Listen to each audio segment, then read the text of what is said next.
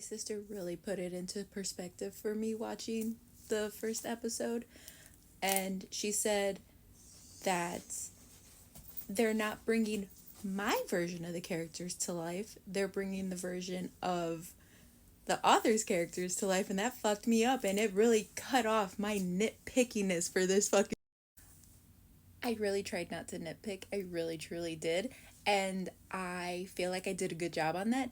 But I just want to say, for starters, this beautiful human being right here who played Darius deserves his flowers because he did chef kiss good job. He did amazing in portraying just how sad Darius actually was at that point in his life. He lost all his sons, he lost the love of his life, and he was so scared to lose Beth to the change that he was willing to do anything to save her, and even ask Wrath, who at that point just hated humans, hated them for valid reasons, which they get into later on in the book, or in the show too.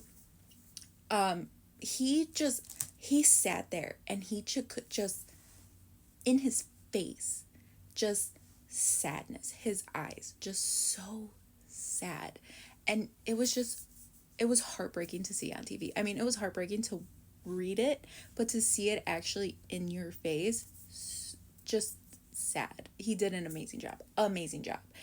The beautiful human being who played Wrath, the Blind King, also did an amazing job. He was able to portray just how intimidating and just how scary Wrath is as a person at that point. Even throughout the whole series, Wrath is a scary person, but you see a different side of him. But he portrayed just the intimidation that Wrath brought into every room he walks into. And my favorite thing about that whole series, and when I annotate it, is I annotate specific parts of Wrath, and it's his dramatic entrances. That man knows how to make a fucking entrance, and he made his entrance into Screamers, man. He made his entrance into Screamers, and it gave me life. It was amazing. I never pictured Wrath very soft-spoken, but it works. It works with how soft-spoken he is, because it gives off that very aura that Wrath has, that no, doesn't matter whether he's soft-spoken or he's loud as shit. He doesn't need to be loud, because you're going to listen to what he says whether you like it or not, because he has something to say. Whether it's because you respect him, you're scared of him, or he's just forcing you to listen, you're going to listen to him. And I love that. Royalty, give it to me. Love that. I was editing this and I realized I forgot to involve Beth. So, Beth, being played by this gorgeous human being, was very, very true to the book. Very true to the book. Beth is a very, very strong individual.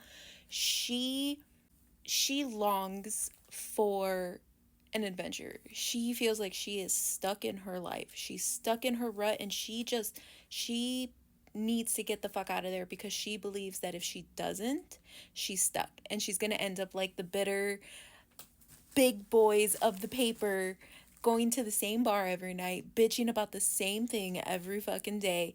She just wants a life. She wants to get the fuck out of there. It shows just how strong Beth is as a character because of how she handles what happened to her with Billy Riddle. She dealt with that very traumatic situation just in a way that just garners so much respect, because it just shows, like, everybody deals with traumatic situations differently.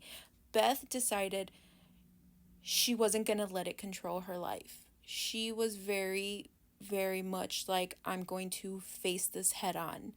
And that is a very, very respectable quality in a person, especially a woman who went through something traumatic like that, and finds the strength within herself to talk to people about it, whether it was Butch or Jose.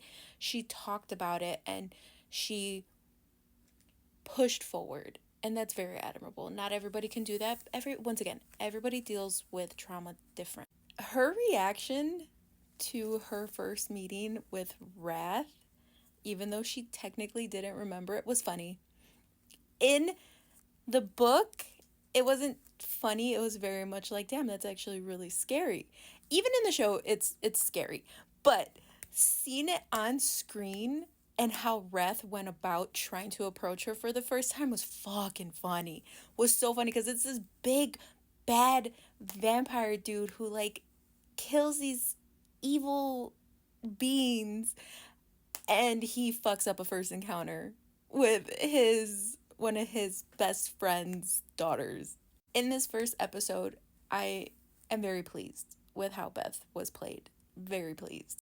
The beautiful human being who played Butch did also another amazing job. These actors did so good. And I'm gonna, like, with Darius being portraying just how sad he is, amazing. Butch is a character that you can't help but love because he's just so rough around the edges. Butch, just like everybody in this series, Butch has some very severe trauma with his childhood and some stuff that happened back then. And he very much has a savior complex. Very much has a savior complex. And it shows in how he handles his job as a cop. And also he showed what kind of person Butch was, with how Butch handled the Billy Riddle situation. And when he was sitting in Beth's apartment and Beth was telling him about what Billy Riddle and his friend were trying to do to her, and she was in detail, she was descripting. And when the scene changed over to Butch sitting in the chair, just the pure unadulterated anger on this man's face was beautiful to fucking see, because that's what Butch should look like at that moment, because Butch was pissed that this happened to this woman, but not only because she was somebody he knew and somebody he cared about, but because a woman, was harmed. Butch don't fuck around with that. Butch don't play like that, and I love that about him. And he very encapsulated Butch as a person. Butch is very like, he doesn't like assholes. He's very, very a woman protector. He, not only women, but he's very much so a protector, and that's why he falls in so well with the brothers. One of my favorite parts is when all the brothers get together. Obviously, it's only for like 2 minutes this episode, but I'm okay with that. Beautiful to see. But my favorite part, and it made me laugh, even in the books it made me laugh, is when Rath tells Z, like, oh, nice of you to finally, join us. And Z's like, how about you get off my dick? Died fucking laughing. I love that line. Even in the book, that shit is so funny, because Z is the only one ballsy enough to say shit like that to Rath at this point in the story. He's the only one ballsy enough to talk to Rath like that, knowing that Rath would probably fucking airdrop his ass a fucking ass whooping. And the only reason that Z probably hasn't caught that ass whooping is because of Fury. Fury is the only thing saving him from that, and I love it, and it's so funny. Z is probably the saddest character in that whole series. What happened to him was awful.